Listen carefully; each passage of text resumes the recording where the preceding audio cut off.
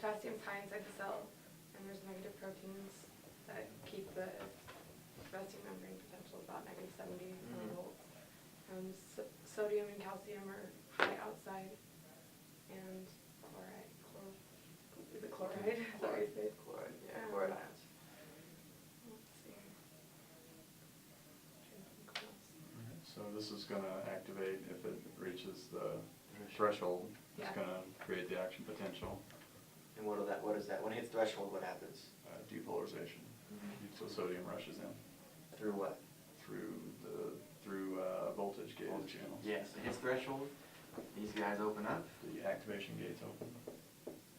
So that means just more sodium rushes in. Even more. So what's that going to do? Even more. There's this like your all or none, right? You hit it and it's gone. And then once it hits, is it positive 20? I don't remember that number. Okay. Could be. Probably not too important, I but think yeah, it goes above. He said that not to worry about it, that there's so many different ranges of potential. Yeah. He just says, generally, it's gonna be negative 70 for your resting.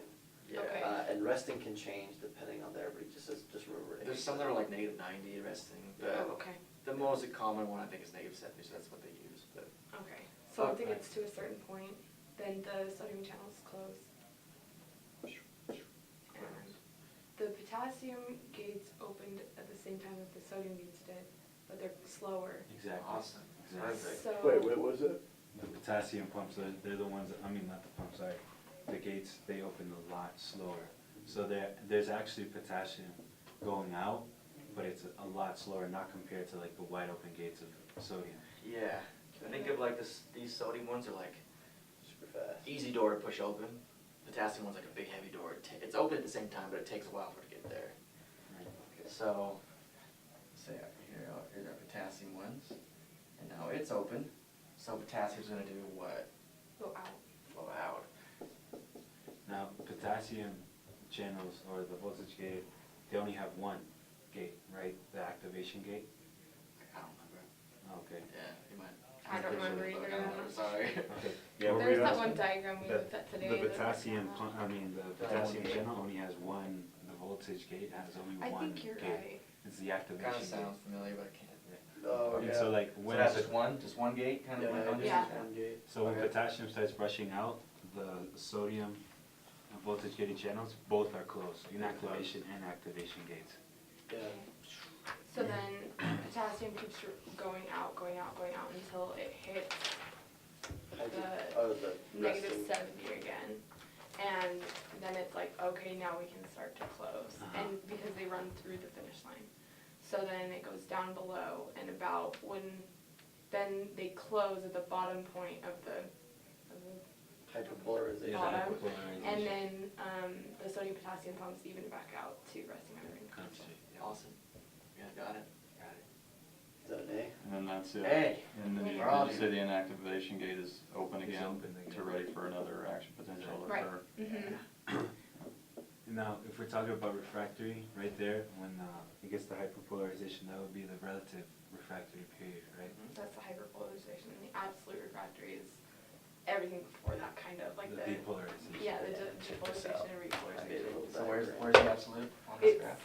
In like the middle. first lip, like from there to Right, in the middle. Yeah, And then relative? from there. Well, yeah. Oh, back to dang. there. That's what I'm talking about, man. Highlighters. Boom, highlighters.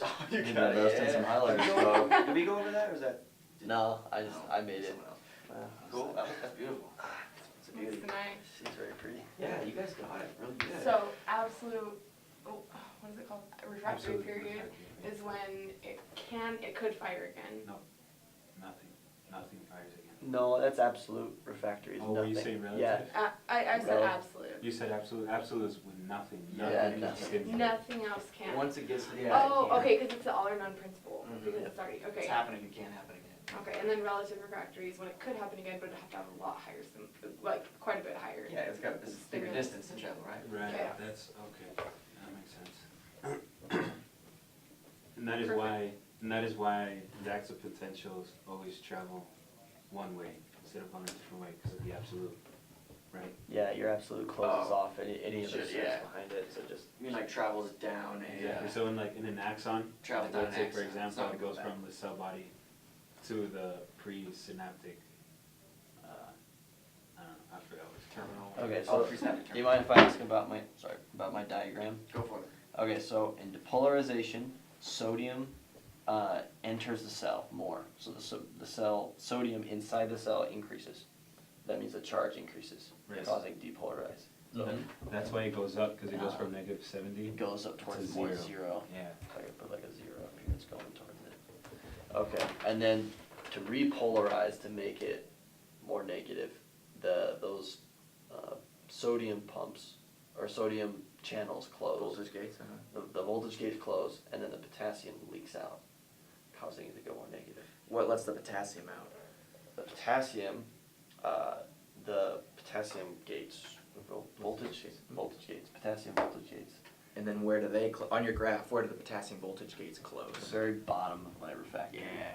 You got it. But they start to close at -70, once they hit negative. Yeah, 70. It takes time, It takes right? time, and they're slow, and so by the time it's like -90, -100, or whatever, and then they're like all the way closed.